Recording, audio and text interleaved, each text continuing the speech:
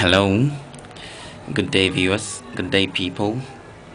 I'm gonna be your economics instructor, and in this discussion, we're gonna be talking about the definition of economics.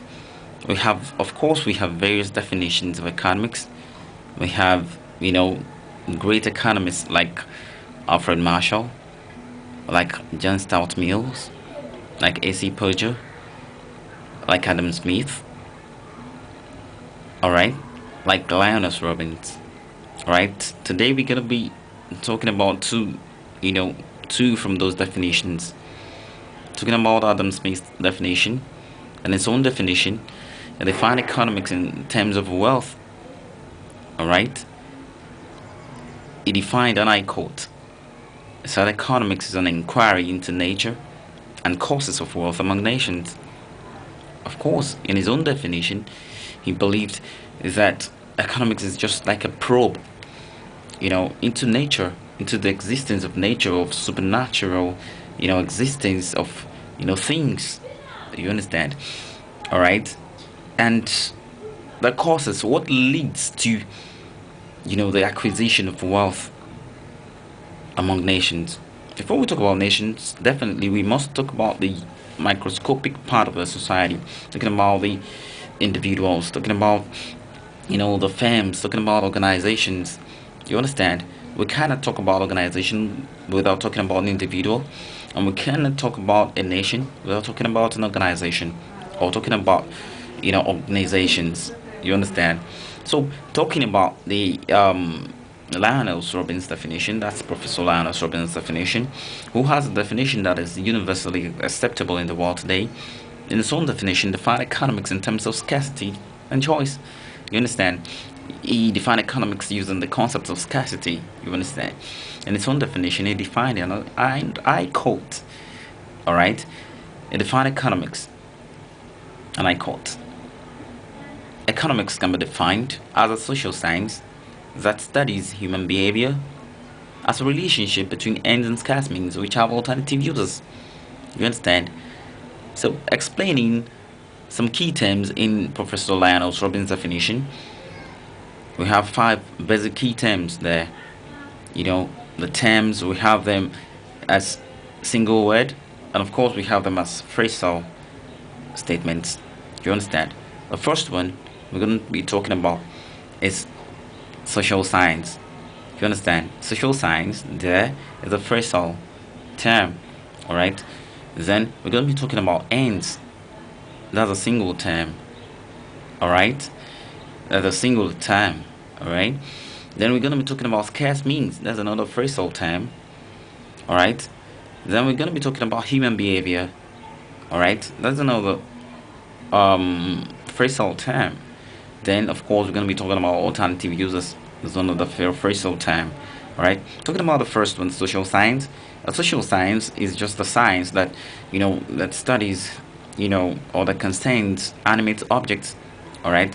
That concerns the reality, the physically available, things, things that, reacts, things that performs actions, that you can see, that has life majorly. All right. Unlike the, study of pure science. When we talk about social science, the opposite, the direct opposite, is the pure science.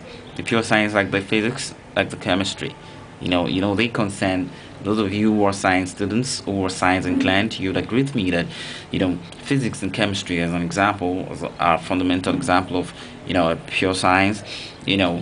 Has its own province, into the study of inanimate objects. You understand? So, talking about the social science, we talk about a kind of science that, that relates human behavior to their society. You understand? It relates human actions to their society. It relates how human beings react, how human being fares, how they, go about their daily transactions, their livelihood. It concerns how they relate with themselves, how they relate with the products available at their disposal, how they relate with the resources at their disposal, how they make use of the resources at their disposal, and what have you. All right. So next, we're going to be talking about ends. When economists say ends, they simply mean wants. All right. of desires. They mean desires. Ends. All right. Never you forget. Some of us do forget what economists means by ends. All right. So never you forget. All right.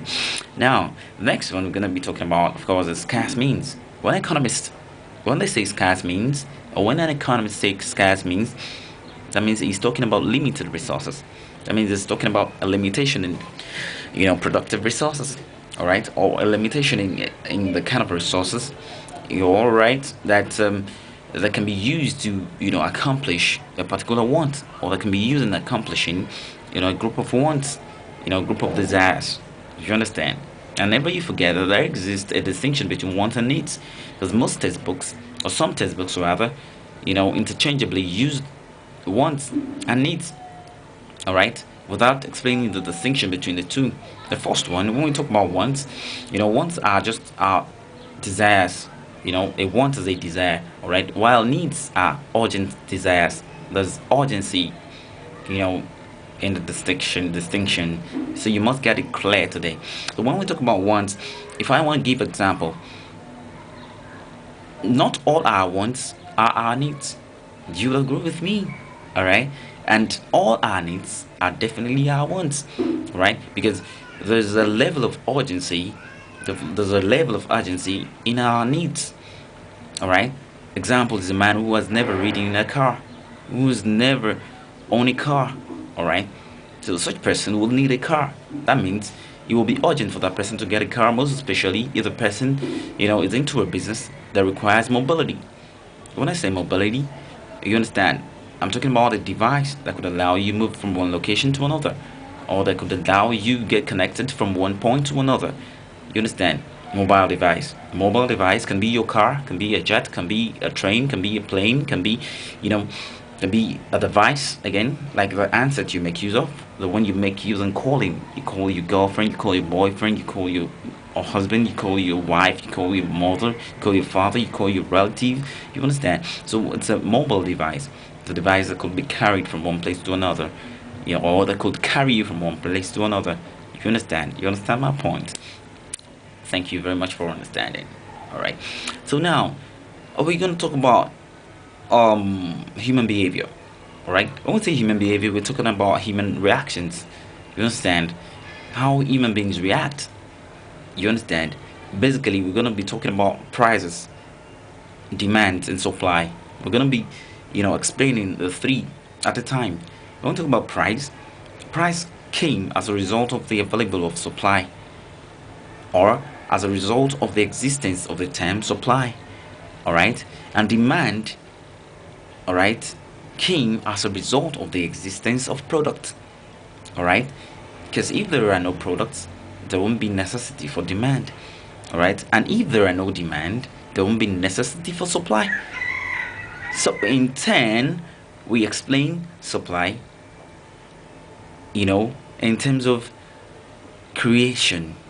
All right, that is production. Without production,